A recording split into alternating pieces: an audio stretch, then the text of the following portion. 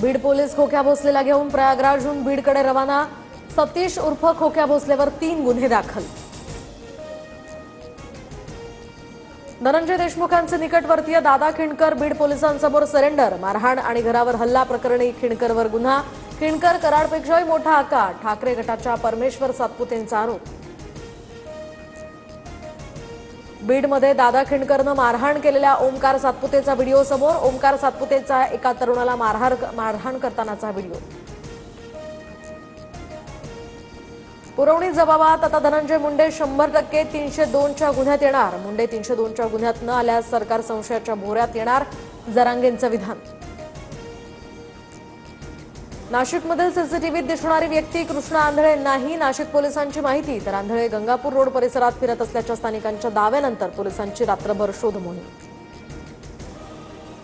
नितेश राणेंची मुख्यमंत्री फडणवीसांकडे तक्रार करणार, वडेट्टीवारांची माहिती। तर नितेश राणेंच्या भूमिकेशी सरकार सहमत नाही, संजय शिरसाट यांच्याकडून स्पष्ट। शेतकऱ्यांना कर्जमाफी देण्यासाठी का घाबरता? डेअरिंग करा, कर्जमुक्ती देणार नाही ही भूमिका योग्य, मुनगंटीवारांचा सरकारला सल्ला। बुलढाण्यात पुरस्कार विजेत्या शेतकऱ्यांना मृत्यूला कवटाळलं। सुसाईड नोट लिहित शेतकरी कैलास नागरेंची आत्महत्या। शेतकऱ्यांना खडकपूर्णा जलाशयातनं पाणी मिळत नसल्याचा आरोप। शरद पवारांच्या राष्ट्रवादीत लवकरच भूकंप। जयंत पाटील आणि अजित पवारांच्या राष्ट्रवादीत ते दिसतील, संजय शिरसाटांचा दावा। इन्फोसिसचे संस्थापक नारायण मूर्तींच्या हस्ते फडणवीसांना पुरस्कार। द इंड्स एंटरप्रेन्युअर्स या मुंबईतर्फे मुख्यमंत्री फडणवीसांचा गौरव।